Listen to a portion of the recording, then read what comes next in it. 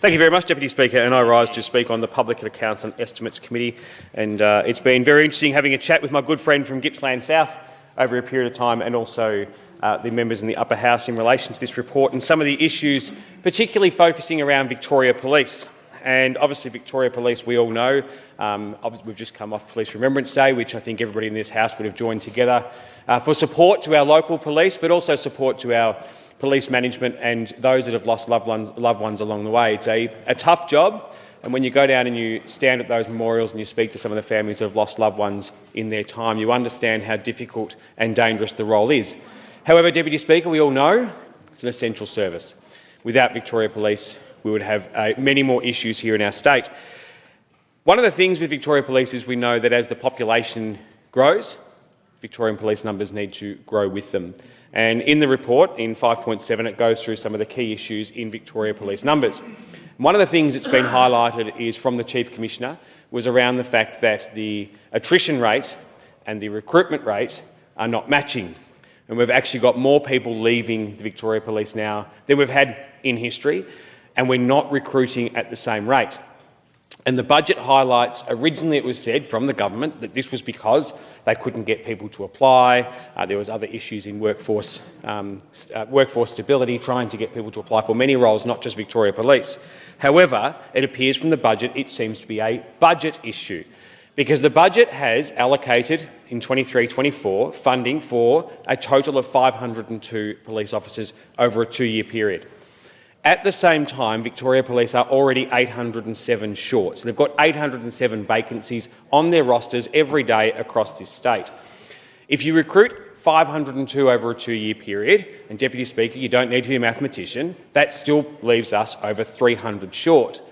It used to be this government, which was then the Andrews Labor government, would state, quite obvious, every time they spoke about new police numbers, these are new police, additional police numbers to what we had.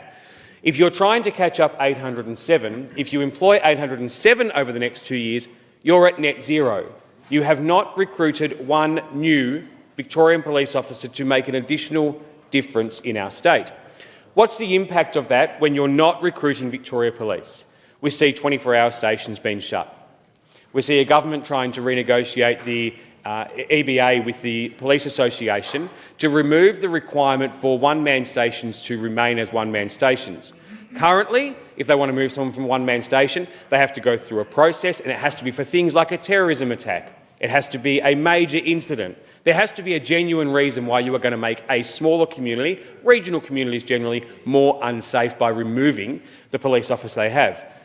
But the government want to remove that and say we can move them around based on what we need for rostering in other areas. So effectively, because of the 807 short, larger regional towns or inner metropolitan areas that are short on police can now take people away from country areas and bring them into those areas just because they're short on the roster. It's simply not fair. The impact on this is our crime rate. Now, I'm out in Casey.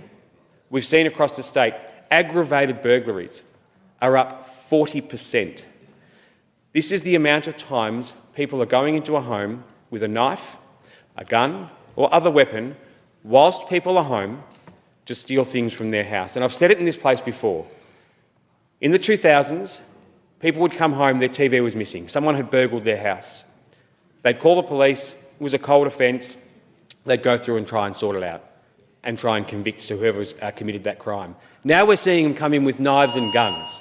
It's a more dangerous position for not just the police but the community, because the brazen acts of these criminals, where they're going into homes when people are there, is scary for people I know specifically in my community.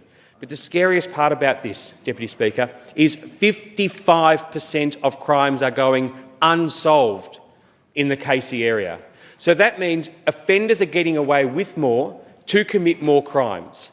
The only way to fix that is the government has to fix this budget black hole. We know that they've sent the state broke. We know they want to make cuts. We know they've got to adjust their budget to pay off debt in long term. But you can't do that at community safety risk.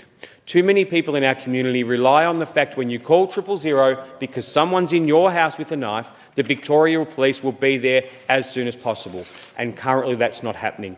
I'll continue to speak on this until such time we get the police numbers we need to bring down the crime rate in Victoria.